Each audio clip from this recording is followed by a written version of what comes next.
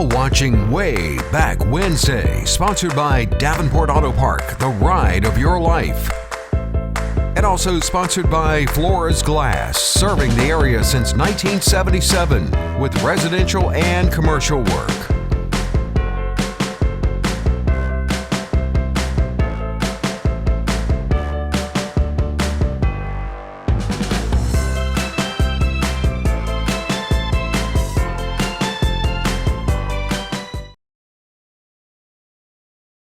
Well, good evening, friends, and welcome to another episode of Wayback Wednesday. I'm Randy Adcock. Those of you that are joining us tonight are obviously not watching the Republican debate, so more power to you there. I suppose there'll be enough on the news channels tomorrow to catch up on anything you may have missed tonight. That's my plan anyway. I suspect that it's probably not going to be too well, I will just say this. I think the entertainment factor will be very low for the debate. I'll leave it at that. Okay. Last week we showed a bunch of pictures that I'd found from the Edgecombe Library, Edgecombe Memorial Library. And I made the comment that I didn't know who took the pictures. Well, I did a little more research. As it turns out, I think I've nailed down who took most of them. I can't guarantee you that all of them were taken by this lady. But there was a lady named Lena Martin. Lena Martin was born in Tarboro in 1877. She was an avid photographer very early in her life, and she lived in Tarboro her entire life. In fact, she died in 1950. But she took well over 300 photographs, and they are now in a photographic collection known as the Lena Martin Photograph Collection. And that collection is in the Edgecombe Library. And I think all of them, in fact, are online. So most of what we saw last week, most of those pictures from the 1890s and early 1900s, were from the Lena Martin photograph collection. I didn't realize at the time. I went back and looked at some of the photographs, and some in the bottom part of the description, and some of them, it actually credited her as being a photographer. And so when I went back and looked at all the other photographs, the similarities were striking. The way the picture came out itself, the borders, everything about it was very similar. So I'm not 100% sure, but I feel fairly safe in saying that most of the pictures we looked at last week were from the Lena Martin collection. Now, if you recall, I said there was like 1,700 pictures, photographs in that Edgecombe County Library collection of photographs, including more than 300 of Lena Martin's. So the first 200 or 300 I went through were almost all exclusively either Tarboro or Princeville. And so over the last 4 or 5 days, I've been going back when I had a few minutes and just going through and click and going through, trying to get to some that were, for the most part, Rocky Mount. And I found some I had never seen before, in fact. So I'm going to get to some of those in a minute and show you some pictures that kind of are similar to one we've seen from Rocky Mount photographers. So, we've over the years have been some really good photographers here, not to forget Bugs Behringer and Charlie Killebrew for sure. But there's at least a half a dozen, if not a dozen more photographers or lesser known. Al Rabel comes to mind. There's 2 or 3 other guys that we've shared photographs here on the show before. But I found some pictures, for example, of the 1940 Gallopade. We've talked about the Gallopade many times on this show. It was a big event it started in 1934 and ran through, I think, 1944, 45. There was a pause during World War II, and so I think it might have picked up for a year or two after the war was over. But by and large, it was about a 10-year run for the Gallopade here in Rocky Mount. And so I found some really neat pictures that another gentleman that I had not heard of before named Milton Brown. His full name was Milton Steele Brown. And he was another avid photographer back in the late 30s, early 40s. And so I got a bunch of pictures of the Gallopade and some other pictures that he took. So we'll jump right into those. Before we do that, I found one picture when I went back and looked at those other pictures. Before I jump into those, let me just kind of share a few things with you. I'd made a few notes here I mentioned Lena Martin at the top of the show. And this is just there was a guy named David. I knew I couldn't pronounce it, so I wanted to save it. I went to his website and saved his website information so I could try to halfway pronounce his name correctly. There's a guy on the internet named David, and I think it's pronounced Cecelski. It's Cecelski. Cecelski, I think is the way you pronounce the name. I've read several of his articles before. He's a really neat kind of historian, and he's got a thing for steamboats. We've all got our little things of interest, and his thing is steamboats. And he's done a nice little feature story about a steamboat called the Tarboro. And of course, it was built in Tarboro in the late 1800s, early 1900s. In fact, 1890, I think they started construction on it. Took about a year to build it. But during his research about steamboats, he ran across a little bit of information about Lena Martin. So here's what David Cecelski had to say about Lena Martin from his research. He said, born in 1877, Lena Pennington Martin was a native of Tarboro, the seat of Edgecombe County. He says, I don't know a whole lot about her, but from her photograph albums, she seems to have been a remarkably curious, lighthearted, and adventurous young woman. From those photographs, I can also tell that she took her photography seriously, and she certainly had an artist's eye. She married a local shopkeeper by the name of J. Frank Martin in 1900. He died, however, only 13 years later. After his death, Ms. Martin worked at the town's post office and raised their 3 children on her own. After her death in 1950, her family donated her 4 albums of her photographs to the Edgecombe County Historical Society, which later gave them to the county library for safekeeping. Lena Martin's photographs include images of the town's streets, factories, a circus, musicians, courting lovers, children roaming the town, a barbecue, and many other scenes of daily life. I can date most of the photographs of the last decade of the 19th century. She took quite a few photographs of the Great Freeze in 1893, for example. So that was David Cecelski's little bio on Lena Martin. And I didn't realize until I just read that again that she actually has 4 photographic albums. So I'm not sure if the 300 that I've seen referenced accredited to her in the Edgecombe County Library, if that's the entirety of those 4 photographic albums, or in fact if there's 3 more I've not found yet. So I'll do some more digging on that. I also mentioned Milton Brown, and I did a little digging on him too. And there was a little short article that appeared in the Rocky Mount Telegram back in I should have made it enough. I think it was 1938 or 39. But I'll just read a little bit of this here. It says, Milton S. Brown of Tarboro, get this now, is one of the leading citizens of the prosperous neighbor of Rocky Mount. Now, he was from Tarboro, but he's a leading citizen in Rocky Mount. Go figure. Born in Onslow County, he taught school for a year and then worked for an express company. In 1912, Brown came to Tarboro to take charge of the Coca-Cola Bottling Company's plant there. The plant and Mr. Brown have prospered since then. He is a city commissioner of Tarboro, holds the presidency of the Merchants Association and the Chamber of Commerce, is a past president of the North Carolina Bottlers Association. Cameras and baseball are his 2 main hobbies. Mr. Brown has the latest cameras, and keep in mind that this article was from like 1938, I believe it was, so this is very old information here, approaching 100 years old in fact. But anyway, it says cameras and baseball are his 2 main hobbies. He has the latest cameras with all the gadgets. In the back of his bottling plant, he has built a dark room for his photography work. In his office, he has hundreds of pictures of people and scenes around Tarboro. The Tarboro Baseball Club needed grass for the infield, and Mr. Brown took the turf from his own yard to use on the baseball field. Being a director for the baseball club, he follows the local club in almost every game. He belongs to the Kiwanis Club and is a member of the Christian Church. He is married, and they have 1 son named Sonny. So there's almost a dual citizenship, if you will, there between Rocky Mount and Tarboro. Mr. Brown has certainly roots in both places back in the 1930s and 1940s. And he was quite a prolific photographer in his own right. So anyway, first thing I want to show tonight is one more picture from Lena Martin from the 1898 collection. So Lee, if you would put up item number 1. This is just a really neat picture, and this one's actually dated 1898. What you're looking at here is a scale to weigh bales of cotton.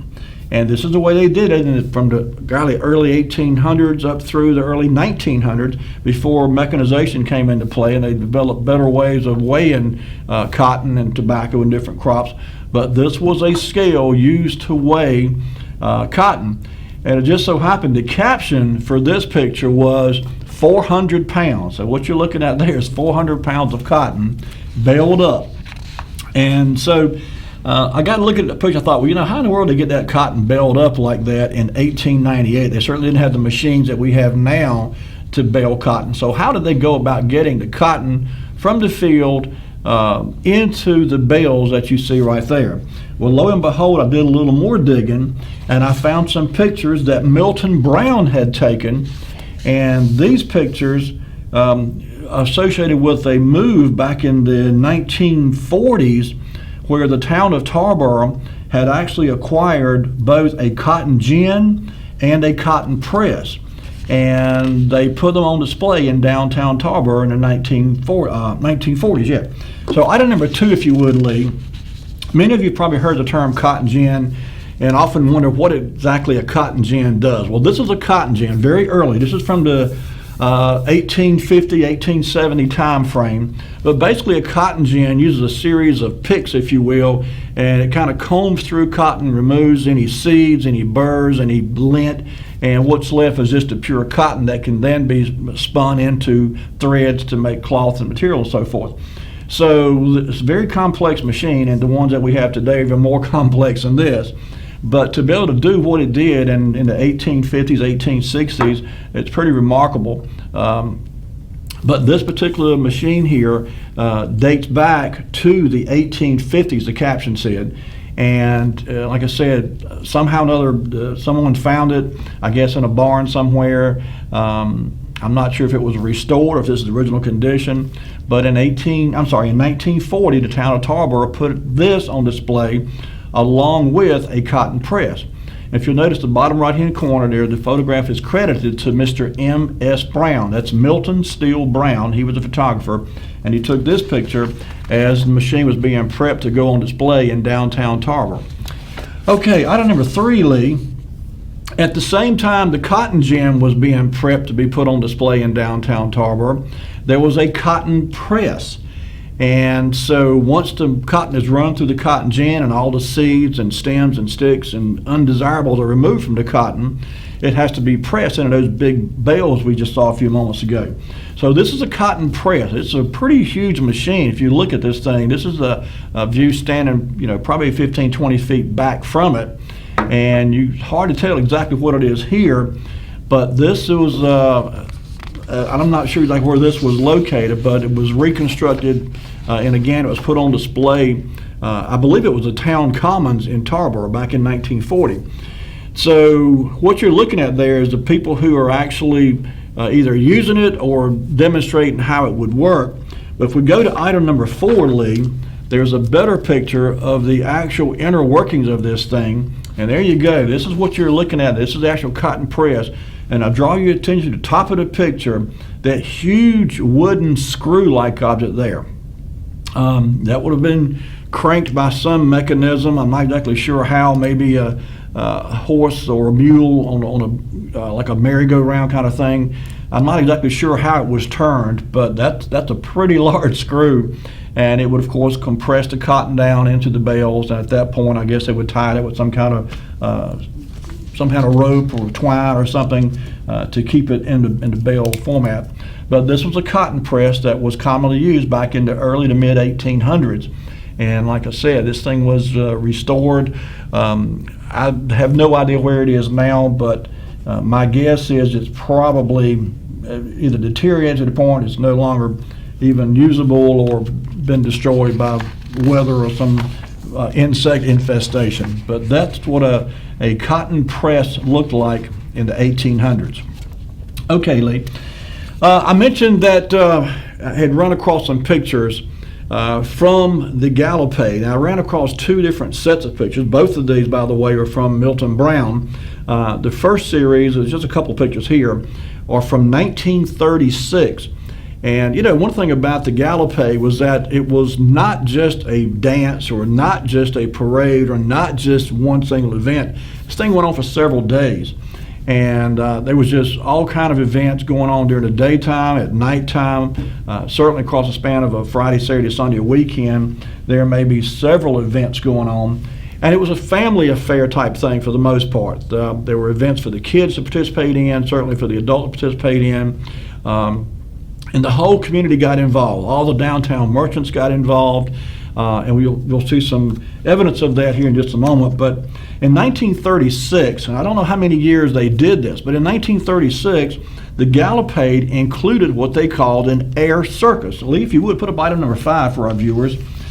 And I'm not sure where this was, somewhere on the outskirts of town, but this was a photograph taken by Mr. Milton Brown of the air circus that was a part of the Gallopade in 1936. And you see there's quite a crowd there. Some folks stand on the bumpers of the car, some folks stand on top of the car. And you can see that those 2 black dots, I believe, are aircraft. I'm not sure. They're off in the distance, obviously. But the next picture, item number 6, Lee, gives a little different angle. This is the same air circus, 1936, and you see there's a biplane flying around there. And I just have a vision in my mind of this just being a really neat spectacle to behold. And I can just see all kind of barnstorming going on and planes flying upside down and probably acrobats, people wing walkers, the things that you associate with daredevil flight and so forth. I'm sure it was just a neat thing to behold. And in 1936, that was very rare, I'm sure. Most folks have not seen an airplane in 1936, certainly not in a rural area. And so to be able to go to an event that was free to the public, you could just drive, get out of your car, and get out and watch the airplanes fly. And I'm sure it was a neat thing to do, and probably a lot of fun too.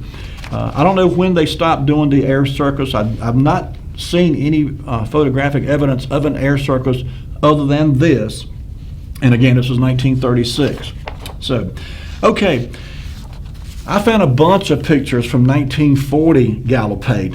If you remember from the past, I've got probably a dozen or so from 1939, and I found those pictures for the most part in the Rocky Mount Telegram just by going through and doing searches for pictures, Gallopade pictures in the 1930s. But I found these were all, I think there's about a dozen here. We're going to go through these. But these are all from 1940 Gallopade, and they're all taken by Milton Steele Brown. So with that being said, Lee, let's go ahead and bring up item number 7 for our viewers. And some of these are better quality than others, but by and large, I think you'll agree they're really good quality photographs. And you can zoom in on this, Lee. Feel free to zoom in on any of these, in fact. But there's just these really neat pictures of old Rocky Mount. I think this picture here is looking north on the west side of Main Street. I believe I'm right there. I think I zoomed on this earlier, and I think Planters Bank is down on your left down there. Yeah, as you can see, there was a crowd of folks out. These events every year brought out a crowd of people, and like I said, there was all kind of activities associated not only with the Gallopade. It was dances, of course, at night, and several dances, in fact. And there were kid events, contests, and so forth. There were costume tests. There were kids would dress their bikes all up and ride as part of the parade. It was just a really fun, family-oriented time. And I can just imagine how much fun it would have been to be a part of this and to participate in this event. Let's move on, Lee. Item number 8. As I said, it was a big parade. The parade drew tons of people out, and of course, almost all the local businesses that could afford to do so, I should say, had a float. And so this is just one. I'm not exactly sure which business is being advertised here. I zoomed in and really could not make a determination. It says thirst knows no season. I'm going to guess Coke, could be Pepsi. But something to drink, obviously. So in any case, you can see in the background there's Planters National Bank in the far right-hand upper corner of your picture there. So this photograph is you're on the east side of Main Street, looking roughly northwest across the railroad tracks. And so in this parade, I've seen angles where there were pictures taken from the far north of Main Street to the far south of Main Street on both the east and west sides of Main Street. So It was a pretty extravagant event. A lot of floats, a lot of participation, and another neat thing, and we've seen this in prior pictures of the Gallopade. Any business, well, let me back up. I won't say any business, but a lot of businesses that had a second floor, either their employees or family members or whatever, would quite often take a vantage point from that second floor window. And we'll show you in a moment here just how much of an extent they did in trying to get a good vantage point. There were people on top of buildings, standing out on ledges, taking some pretty daring moves to get a good view. I just realized it's time for our first commercial break. Lee, bring it back to me if you could. When we come back from the break, we're going to show you some more. Like I said, I've got about a dozen of these Gallopade pictures, and they're really neat. There's some really good pictures of some downtown businesses and buildings before that we've not seen before, at least not in these angles anyway. So we'll take your calls when we come back. 407-1111 is the number as always. So don't go anywhere. We'll be right back with more Wayback Wednesday.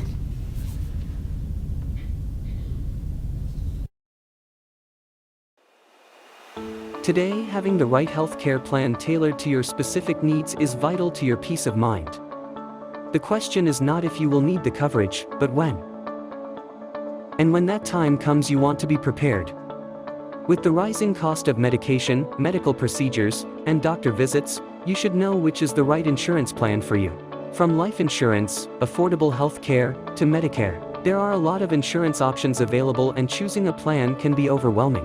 Having Gus Tullis as your insurance professional on your side will give you peace of mind, because you will know you are covered with the insurance that meets your needs. Hello, my name is Gus Tullis of Gus Tullis Insurance, and I've been helping people with their insurance needs for well over 20 years. Call me today. I'll answer any question you have. 252-937-6913. Looking forward to hearing from you. I'm Daniel Moss, owner of Cornerstone Funeral Home, and I'd like to invite you and your family to give our family an opportunity to serve you in your time of need. And we offer a full line of funeral services, everything from visitations to graveside services to cremations on site with a live crematory, as well as a banquet hall to meet the catering needs of our families that we serve. We offer catering service, we offer refreshments prior to visitations and services of our family, and we want to invite you to come and experience the difference here at Cornerstone Funeral Home.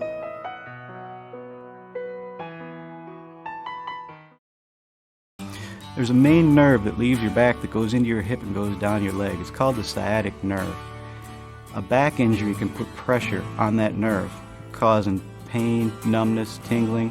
Chiropractors can actually help that. At the Hammer Chiropractic Center on Sunset, we know exactly what to do. We have very good relationships with the doctors in Rocky Mount. We like to co-manage people's care. Some medications may help us do our jobs, and our jobs may help their medications work better. If you or your loved one is living with hearing loss, and if you haven't found a solution that fits your lifestyle, then you should consult with the local experts at the new Hearing Aid Urgent Care in Nashville, North Carolina. Hearing Aid Urgent Care is a place to go for over-the-counter hearing solutions that will improve your daily life and communication between your loved ones and you. Purchasing in our store does not require any prescription or medical recommendation. Our team of experts does recommend a hearing examination so we can help you purchase the correct product for your personal needs. We hold regular listen and learn events so you can ask questions and work with the high-quality products from our vendors to find out what hearing device will best suit you before you buy. Open Friday and Saturday, 11 a.m. to 7 p.m. And you can call 252-459-4008 to find out more information. Hearing Aid Urgent Care located at 102 West Nashville Drive in Nashville, North Carolina.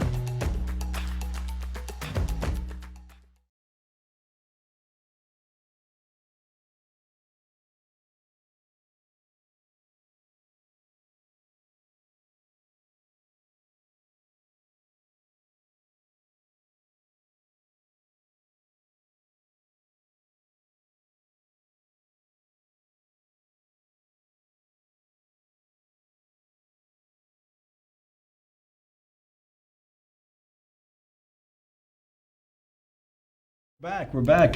Before the break, we were talking about, I ran across these pictures. Got a call. Let's get this call. Hello, caller, you on the air? Wayback Wednesday. Way back. Good evening. All right. What's going on, Wayback Wednesday? Same old thing, buddy. How about yourself? Same old thing. I can't complain. Ain't no need to complain. Ain't nobody want to hear it.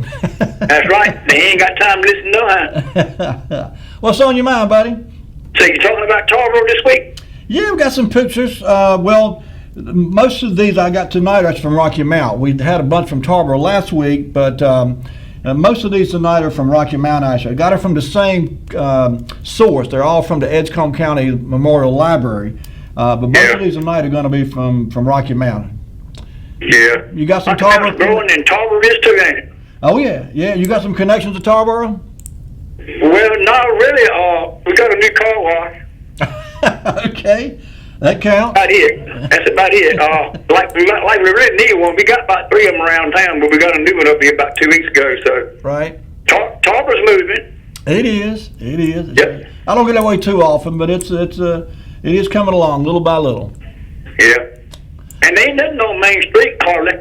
I know, it's a shame. I don't know if you caught the first part of the show. I've spent several hours over the last week going over the Edgecombe County Library pictures and their digital collection. There's over 1,700 pictures, and there's some really, really neat pictures of old Tarboro, downtown businesses. There's a heck of a lot of homes, pictures of homes and estates and so forth. Tarboro's got a lot of history too. They go back further than we do.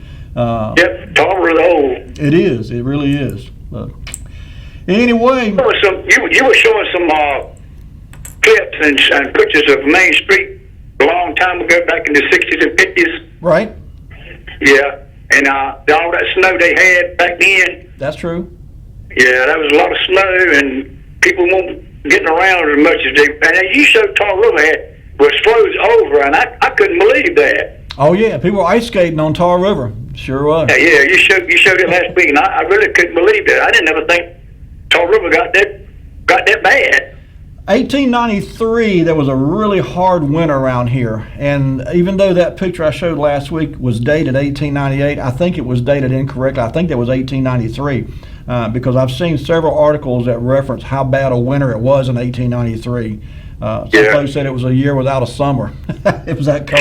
But to tell you the truth, I ain't been 69, so a whole lot went on between then and just when I turned 69. A whole lot went on. Absolutely. Yeah, I ain't far behind you. All right, buddy. I'll be 70 in November, so I'm still kicking around, getting around. Well, happy birthday in advance. In November, yeah. All right, we're going to see you, buddy. All right, buddy. Take care. We'll see you. All right. Bye-bye. Yeah, Tarboro's growing. It's like most small towns. It's had its ups and downs. It's had some industry come and go over the years, and some's been good and some not so good. But in any case, I guess that's the way progress works. It's kind of like a wave in the ocean, up and down. Anyway, we're talking about the Gallopade. These pictures that we're showing tonight, at least these that are associated with Gallopade, are all from 1940, aside from the two that were 1936 from the air show. These are 1940, and they're just a real good snapshot of what it was like to be standing on Main Street, watching the Gallopade parade, and some of the activities that went along with it. So Lee, without further ado, let's jump back into it. Item number 9, if you would. I mentioned earlier there was something for kids, all adults, anybody. And this picture just kind of made me chuckle. These kids appear to be dressed up. The young man on the left, I guess, is a junior business executive, got his tie on there. Little fellow in the middle there is his T-shirt says Rocky Mount Blackbirds. He's got a football helmet on. Excuse me.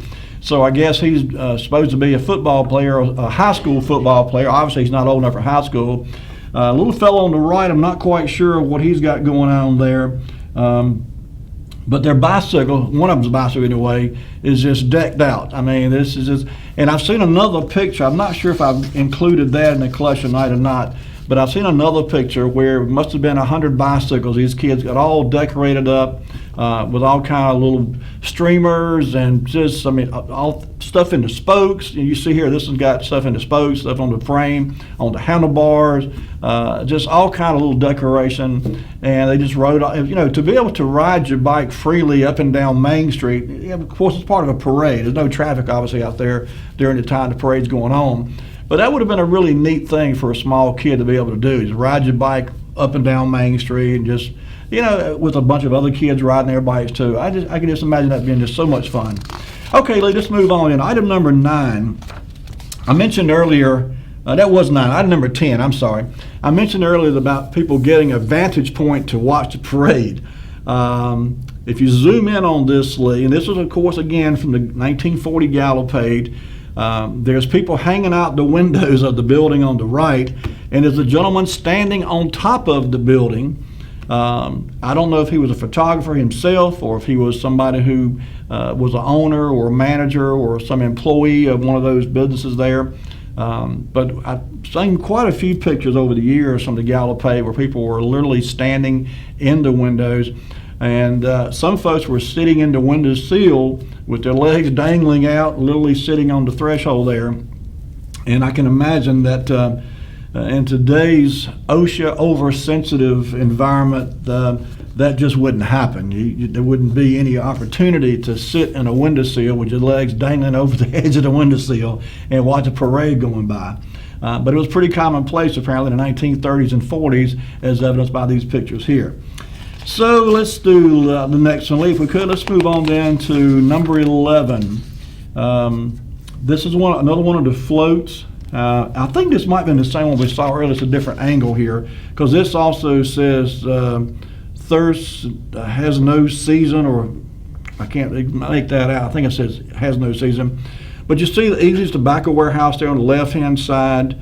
There's the Imperial Center down to your far right over there, the water tower there by the Imperial Center. This, if I'm not mistaken, I believe this took place, these Gallopade events took place in early spring, May, maybe 1st of June, somewhere along that time frame. So we're a few months away from tobacco season. Obviously, when I say tobacco, I mean tobacco market opening. That's typically associated in the August time frame, mid to late August, depending on the weather. So a lot of these tobacco warehouses were available for all kind of activities, and like I said earlier, there were dances that took place in some of them. Sometimes there were 2 or 3 different dances. There would be contests. There'd be events for the kids to participate in, and sometimes the tobacco warehouses would participate in these and provide space for some of these events. So, yeah, it was really a neat community, and a lot of organization obviously went into it. A lot of people were involved in pulling this event off, and it just, to me, sounded like something. Here's the picture I was talking about earlier. Lead number 12, if you would. I knew I'd seen a picture with a bunch of kids on bicycles. And this is it. Again, this is 1940, and you see there's just a bunch of kids here just having a great time, all smiles and happy. And this is just a small segment of another picture I saw that showed us probably 4 or 5 times this many bikes. This looks to me maybe a dozen or so. But I saw another picture that I think this was probably taken from that one, but it was just literally probably 100 bicycles and just kids just having a ball riding down the street. That's something they couldn't do otherwise, obviously. So, okay. As I said, it was a family affair, these events, and family would come out, and there was something for everyone to do. And it was a good time to take pictures. If you didn't, a lot of folks didn't spend a lot of time downtown Rocky Mount unless they had to go shopping for a present or Christmas shopping, something like that. And so when people would come to town, it was a good time to do a little sightseeing, check out a parade, maybe take a few pictures. Item number 13, if you would, Lee. When I zoomed in on this young lady, she looked familiar to me. I don't know her. I wouldn't attempt to guess who she is. She looks, when you zoom in, she looks to be maybe a teenager. I would say 15, 16 years old, somewhere along there. There's an innocence about her in this picture. I can't put my finger on it, but just kind of reminiscent of what you would typically associate with a kinder, gentler, simpler time So many times we talk about how things used to be and how much easier life was, how much simpler it was. But this, when I came across this picture here, I said, she's just kind of hanging out there. I don't know if the parade's already come and gone or it hadn't got here yet, but this was in this same collection of the 1940 Gallopade. So I'm guessing that she's waiting for the parade, but again, she might be early and might not have come yet. But the very next picture in this collection, Lee, if you would go ahead and let's put up number 14. The very next picture was the same young lady with what I'm guessing is her mother and father. As I said, these things were quite often a family event, and she's there with, I'm guessing her mom and dad. I don't know, obviously, but I'm guessing her mom and dad. But as you can see, there are people starting to gather across the street in the background there. See a couple of bicycles over there, and people. So I'm thinking this was probably before the parade started, and not sure who was taking the picture, but in any case, it was just a good time to be out and about. And you see they're all wearing jackets. So like I said, it's probably early spring, maybe first or middle of May. Still a little cool, particularly if it's in the morning. But just to see these streets in downtown Rocky Mount just full of people enjoying just be in downtown Rocky Mount is something I haven't seen in a very, very long time. I've said in previous shows that before Tarrytown Mall came along, I have some very, very vivid memories of going shopping with my mother and father downtown Rocky Mount, going in and out of stores and seeing the Christmas decorations and seeing the throngs of people. Rocky Mount used to draw traffic. Well, it still does, I guess, to a degree, but it would draw people in from Tarboro and Roanoke Rapids and Wilson and Spring Hope, Pine Tops. And so it was not uncommon for the streets of downtown Rocky Mount to be quite busy, particularly during the holiday season like Christmas, for example. So anyway, let's go ahead, Lee. Number 15. When I first saw this picture here, I thought this was a group of soldiers. But as I zoomed in, I realized these are not soldiers, these are kids. And so I'm guessing they're Boy Scouts. But again, if you can kind of make out where you are here, this is on the east side of Main Street, looking roughly north, and you can see the Planters Bank there on the left-hand side, upper left-hand side of the screen there, across the railroad tracks. And so I didn't try to count these, but as you can see, it's quite a number there.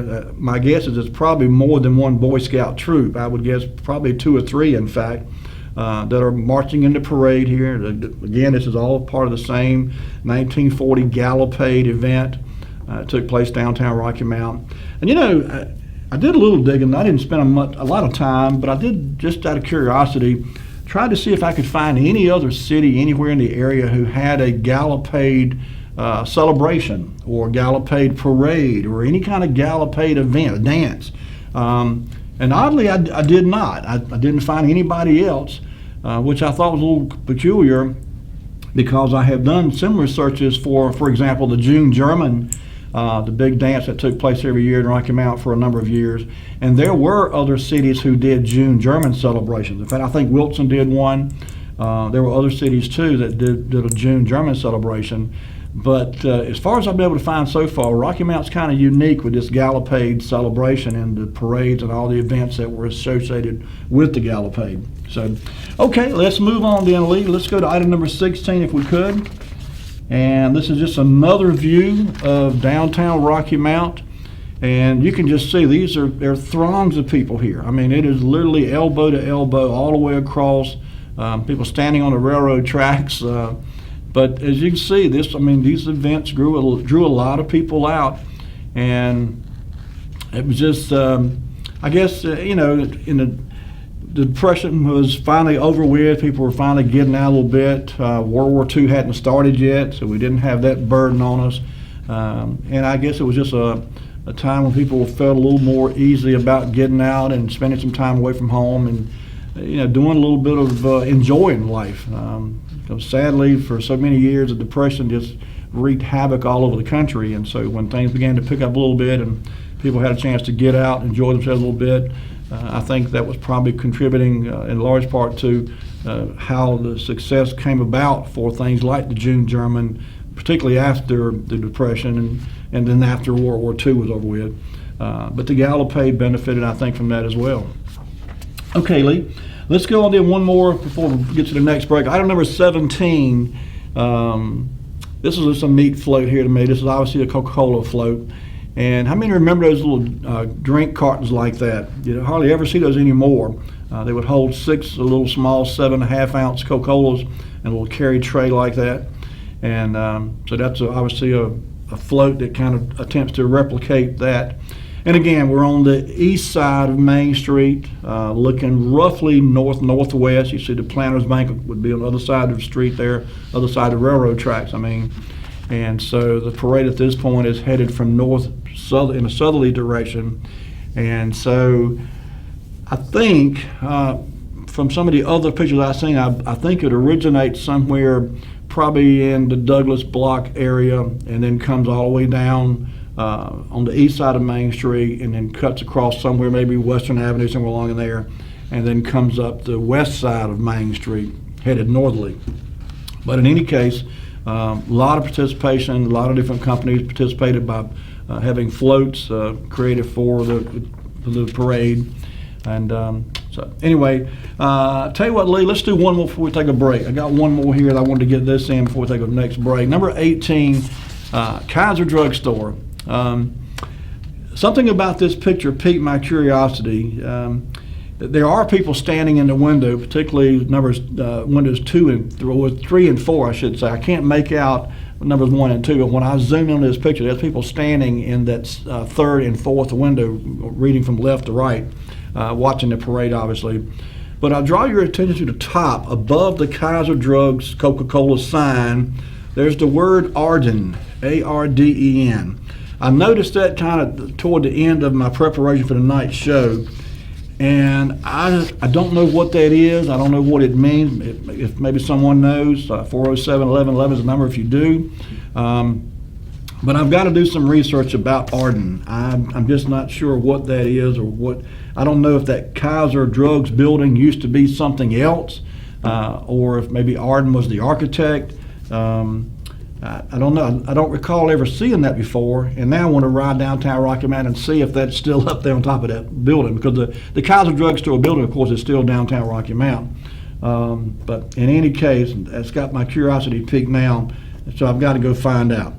All right, Lee, I tell you what, let's take our next commercial break. When we come back, we've got a few more of these Gallopay pictures show, and then we're going to jump off topic and do something else and show you some other old pictures. So don't go anywhere. We'll be right back with more Wayback Wednesday.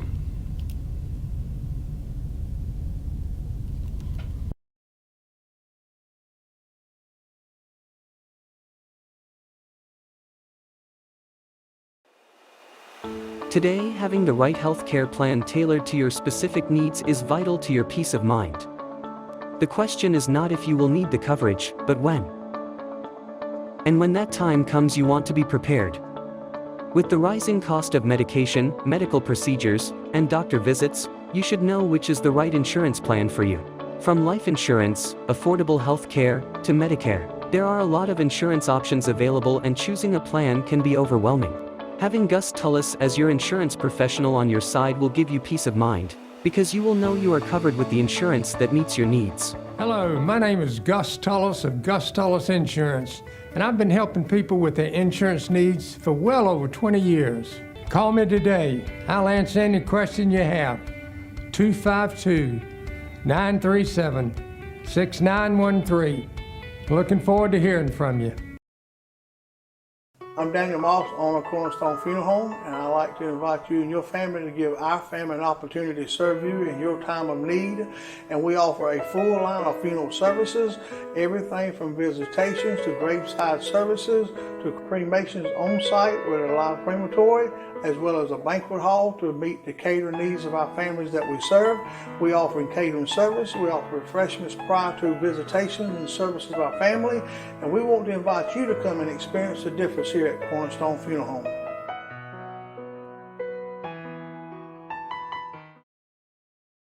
There's a main nerve that leaves your back that goes into your hip and goes down your leg. It's called the sciatic nerve.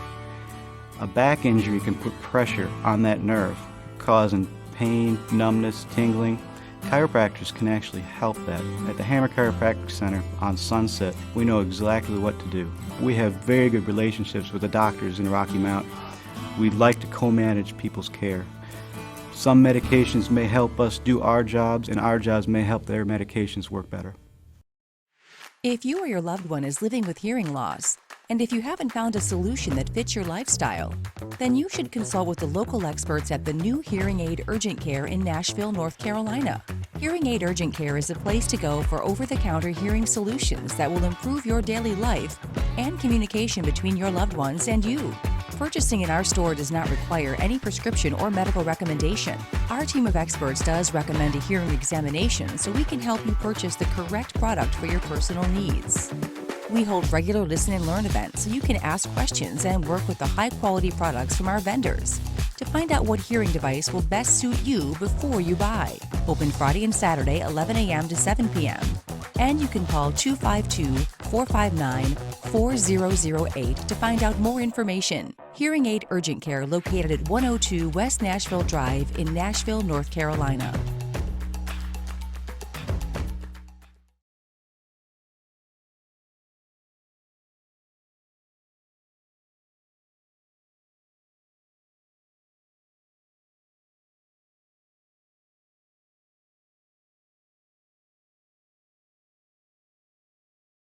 We are back.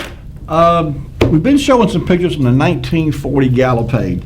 I've shown pictures in the past of the Gallopade many times. In fact, I've got some from 1939. I think I've got some from a few other dates, but I had not seen these.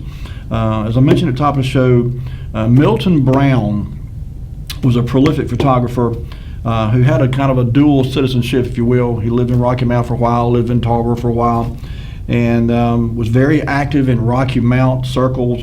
But he was actually a Tarboro City Council. Back then, he was a commissioner.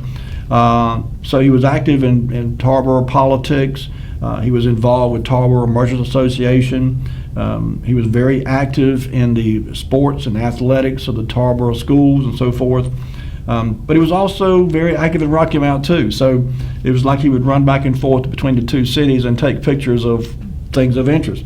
And so in 1940, he took several pictures. I mean, what I'm sharing tonight is just a sampling of the pictures. Some of them were duplicates and some were the same picture from a slightly different angle. But I picked out, I don't know, about a dozen from this 1940 Gallopade parade.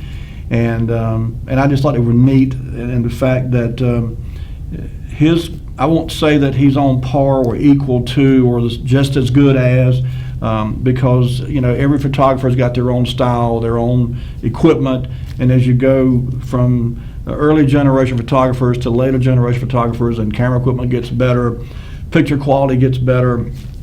So it's really not fair to compare photographers from the early 30s and 40s to those in the 50s, 60s, and so forth. But having said that, I was really impressed. These pictures are really good quality, and when I zoomed in on some of them, I had to smile because I thought, God, these pictures are, in some cases, not these right here, obviously, but certainly they're 70 years old or better, and there's really good quality in some of them. So I think we stopped with picture number 18, if I remember correctly, Lee. So let's go ahead and jump on number 19, and this is obviously a picture you see again. There's a crowd of people there on the sidewalk. This is on the east side of Main Street looking north. You see People's Bank there on your right, Epstein a little bit further north on the right, just beyond the bank building there. And so, but as I said earlier, I believe, because I've seen pictures of various angles, and I do believe that the parade started somewhere north of, the north part of Main Street, I should say, somewhere down around Thomas Street, the Douglas Block area, maybe back up in that area, and then proceeded south in a southerly manner on the east side of Main Street. And then when it got down somewhere in the vicinity, probably at the train station, or maybe not quite that far south, it would turn and come across the tracks and then be on the west side and head back up north. And I'm not sure, I've seen some pictures that indicate it went probably as far as Thomas Street on the north, maybe a little bit further than that before it broke up. But anyway, neat old pictures here showing a time in Rocky Mount that sadly, I don't think we'll ever get back to. It's quite often I've had conversations with people about, will Rocky Mount ever come back? Will Rocky Mount ever be as good as it was? Will it ever be like it used to be? And I tell folks, my personal feeling on this is, the days of the 30s and 40s and 50s that people look back on so fondly are gone. And no, I don't think they'll come back. But that doesn't mean our city is dead. It doesn't mean that Rocky Mount's all hope is lost. I'm the eternal optimist, and I do believe, we've got our problem, but Rocky Mount has a lot going for it too. There's some good people in this town. I'm out and about in my line of work. I'm literally out and about, in and out of businesses and in and out of people's homes on a daily basis. And I talk to people of all walks of life, of all political statutes, of all ethnic and racial backgrounds, and honestly, this idea that Rocky Mount is just full of racist, hateful people, I just don't see it. Obviously there's some out there, but I don't. The people I come in contact with don't give me that vibe. And so I think it's important that we keep that in mind, that we don't have to be focused on going back to the 1930s or the 1940s or the 1950s. Rocky Mount is still a good place and still got a lot of good people in it. And, who's to say? Our best days may be ahead of us. All right, Lee, let's move on then. Item number 20. I scratched my head about this for some time, trying to figure out what this float here was representing. Obviously, it's some kind of lumber company. It's a facsimile of a tree trunk there. And if you zoom in, there's a little guy coming up out of a hole in the middle of the float. I'm not sure what his purpose in life is. And the banner on the side of the float is not really readable, except the very last word says lumber. So I took a shot in the dark, said maybe Williams Lumber Company, maybe. But in 1940, you can see in this picture here, across the railroad track in the far upper right-hand corner is Montgomery Ward's. So again, the parade route is headed south on the east side of Main Street at this point, has not turned and crossed over and headed back up north yet. But there's no less than a couple dozen floats, maybe more, that I have seen in various pictures in these, both the 1939 and a 1940 Gallopade parade. And there are all kind of special advertising things going on. Item number 21, Lee, if you would. There was a blimp during the 1940 Gallopade flying above the city of Rocky Mount, and it was dragging or tailing an advertising banner. And in this particular case, the advertising banner was advertising Bullock Auto Sales. So how about that? I've seen similar type advertising done over the years with different companies and different mediums. Typically, it's an airplane or a small airplane, but this was a blimp. A blimp flew over Rocky Mount, and I believe it's the Goodyear blimp. Actually, I think the Goodyear blimp flew over Rocky Mount and was tailing this sign that said Bullock Auto Sales. Pretty neat there. Okay, Lee, let's go item number 22. We're about to get to the end of these Gallopade. Number 22, this is just, I kept looking at this picture trying to figure out where this was, and I'm not 100% sure. Maybe somebody recognized the building. I thought for a minute it might be the old City Hall, but it doesn't look like City Hall to me, but then again, it may be. It looks like the front part of the old City Hall that was torn down when they built the new City Hall. I need to go back and look at some other pictures of City Hall to kind of nail that down. But in any case, obviously at this point, there's if that is City Hall, they're still on the east side of Main Street there, and that's a pretty interesting float. But it's another picture. If you look up there on the second floor of this building, outside these window ledges, there are people standing on the window ledge. Okay, we got a call. Let's get this call. Hello, caller. You're on the air. All right, now you're looking, I think, at some buildings that are on the west side of the railroad tracks, and the picture shows in the center, I think, is the front of the old City Industrial Bank. Over to the left where that round window is. Okay, you know what? I bet you're right. I hadn't thought about that. That would make sense. Yep. I looked at it and I was scratching my head trying to figure out where it was. I mean, I couldn't zoom out and look at any more of it. All I could see was what was right here. But I believe you're right. I believe that is the old industrial bank. I sure do. Goodbye. All right, buddy. Thank you. Yeah, if you look out there, like I said, on the second floor, you can see there's folks standing out there, somebody sitting down on the window ledge. Again, OSHA people would have a heart attack seeing this kind of parade activity this day and age. This would not fly. It just absolutely would not fly. Okay, Lee. Last of the Gallipade pictures, number 23. This was Miss Gallipade, 1940. I searched and searched trying to find out who this was. I just knew the Rocky Mount Telegram would have identified this young lady, but it did not. I could not find out who was, the 1940 Miss Gallipade. And I didn't see any evidence that there was a Miss 1939 Gallipade or a 41 Gallipade, so I don't know if they only did it 1 year, but this picture was captioned 1940 Miss Gallipade. So there we go, big mystery. Who was she? We don't know. Okay, moving along then. That was all the pictures from the Gallipade. But it just so happened that Mr. Milton Brown, as I said earlier, was a really good photographer and took a lot of pictures. And in 1940s especially, he just was really clicking with his camera. So number 24, Lee, this is a picture taken at 132 Western Avenue in Rocky Mount. And what you're looking at here on the right-hand side is the location for Arthur Cockrell's garage.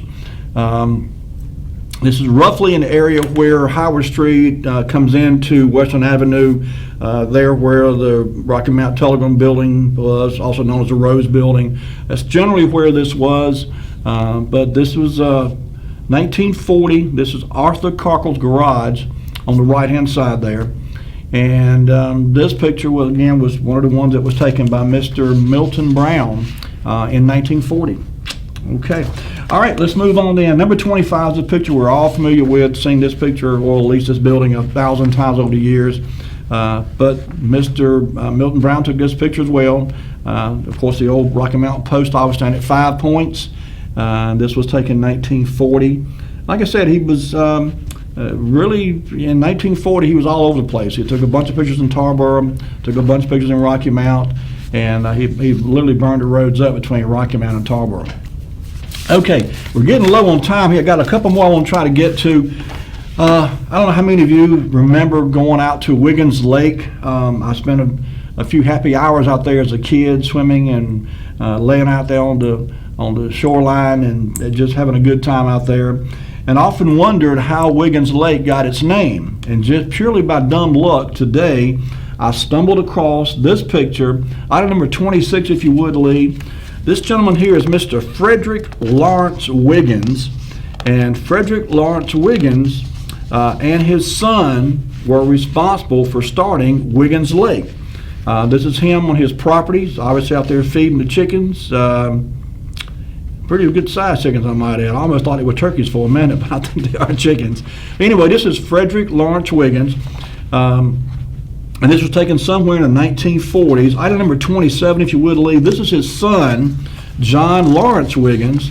And I'm not sure whether they dug the pond.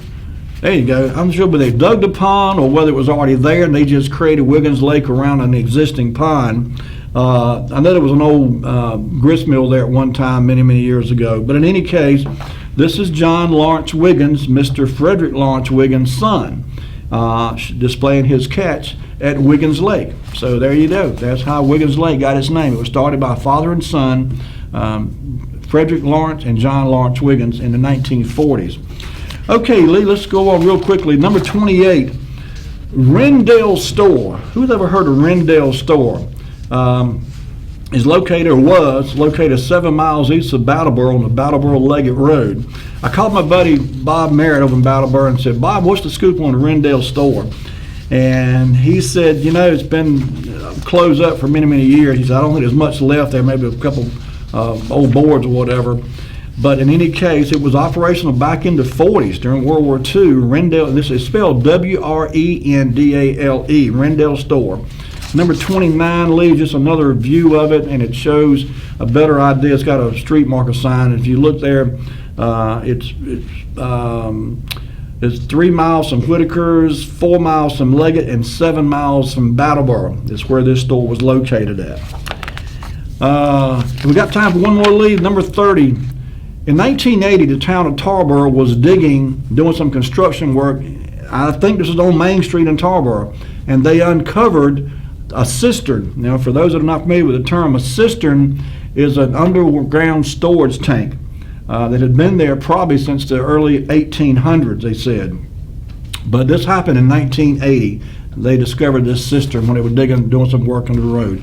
And lastly, number 31, Lee, a lot of folks may not realize just how much bootleg liquor has been made in Nash and Edgecombe counties over the years.